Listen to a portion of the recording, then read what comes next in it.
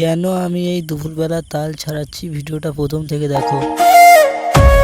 Everyone, আমি রাজ আর নতুন একটা ভিডিও নিয়ে চলে আসলাম। এটা আমার 11 নম্বর ভিডিও। দুপুরের দিকে একটু মাঠের দিকে গেছিলাম, তো একটু তাল খেতে মন চাচ্ছিল, তো বাড়ি থেকে দা নিয়ে এসে একটা গাছ থেকে এক কাঁদি তাল পেড়ে নিয়েছি। আর এদিকে আমি ছাড়াতে বসে গেছি এখন। যে তালগুলো এগুলো বৈশাখ জ্যৈষ্ঠ মাসেই হয়, আর আমি খুব একটা খেতে ভালোবাসি না, তো মন চাইলো তাল খেতে, তো তাল পেড়ে নিয়েছি। আমি এখন কাটতে লেগে গেছি। যে দা দিয়ে কাটছিলাম ওই দায় একটুও ধার ছিল না। তারপর তাল খাওয়া শেষ, আর এদিকে আমি একটু বাইরের দিকে ঘুরতে এসেছি।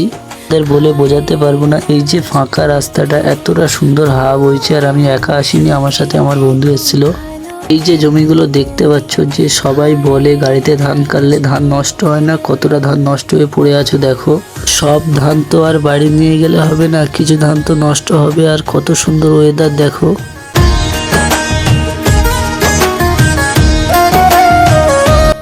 এত সুন্দর ওয়েদার, আর এই যে ফাঁকা রাস্তায় আমি একা ঘুরতে এসেছি। আর ওয়েদারটা দেখো, সূর্য পর্যন্ত আমার দেখে লজ্জা পাচ্ছে। যাই হোক, এদিকে আমি বাড়ির দিকে আসছিলাম, আর কিছু ভাই এদিকে ক্রিকেটের পিচ বানাচ্ছে, তো আমাকে ডাকলো। আর এই যে ছোট ভাইটা দেখতে পাচ্ছ, সে দুটো বালতি চাকে তুলতে পারছে না, আর ওদিকে কিছু ভাইদের ডাকাডাকি করছিল, ওরা সাড়াই দিচ্ছিল না। এদিকে পাচ্ছিল না বলে আমি নিজে ও দুটো বালতি চাকিয়ে তুলে দিলাম, কারণ ও এখনো ছোট আর পাচ্ছিল না বলে। তো কি করা যাবে এখানে বলো। ভিডিওটা ভালো লাগলে সাপোর্ট করো।